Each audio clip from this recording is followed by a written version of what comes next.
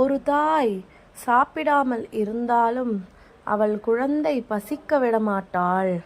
அவள் தூங்காமல் இருந்தாலும் குழந்தை நிம்மதியாக தூங்கணும் என்றுதான் நினைப்பாள். இந்த உலகத்தில் நம்மை எல்லாரும் விட்டு சென்றாலும் ஒரு தாய் மட்டும் நம்மை விட்டு போக மாட்டாள். அல்லாஹ் நமக்கு கொடுத்த மிகப்பெரிய வரம் என்ன தெரியுமா? அது தாய்தான்.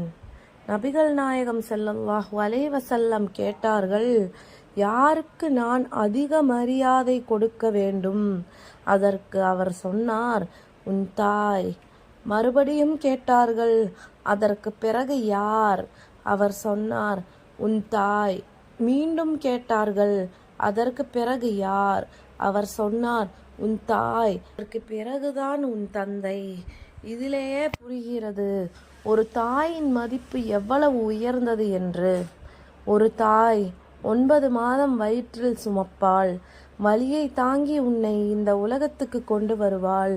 இரவு முழுக்க தூங்காமல் உன்னை பார்த்து கொள்வாள். நீ சின்னதா காயமாயினாலும் அவளுக்கு பெரிய வலியாக இருக்கும். நீ சிரிக்கிறாய் என்றால் அது அவளுக்கு சந்தோஷம். நீ அழுகிறாய் என்றால் அது அவளுக்கு துன்பம். இந்த உலகத்தில் நமக்கு உண்மையாக துவா செய்வது யார் தெரியுமா? அது ஒரு தாய்தான். அவள் கையை தூக்கி அல்லாஹ்விடம் கேட்கும் துவா ஒருபோதும் வீணாகாது. அதனால்தான் ஜன்னத் ஒரு தாயின் காலடியில் இருக்கிறது. நீ ஜன்னத் வேண்டுமென்றால் உன் தாயை மகிழ்விக்கணும். அவளை காயப்படுத்தாதே. அவளிடம் சத்தமாக பேசாதே. அவள் மனசை உடைக்காதே. ஏன்னா அவள் கண்ணீருக்கு முன் நம்முடைய எல்லா நல்ல செயல்களும் சிறியது. இன்று உன் தாய் உயிரோடு இருந்தால் அது அல்லாஹ் கொடுத்த பெரிய வாய்ப்பு. அவளிடம் போய், அம்மா, நான் உன்னை நேசிக்கிறேன் என்று சொல்லு. அவள் கையை பிடி. அவளுக்கு ஒரு சிரிப்பு கொடு. ஏன்னா நாளை அவள் இல்லாத நாள் வந்தால் அந்த ஒரு வார்த்தையை சொல்ல முடியாது.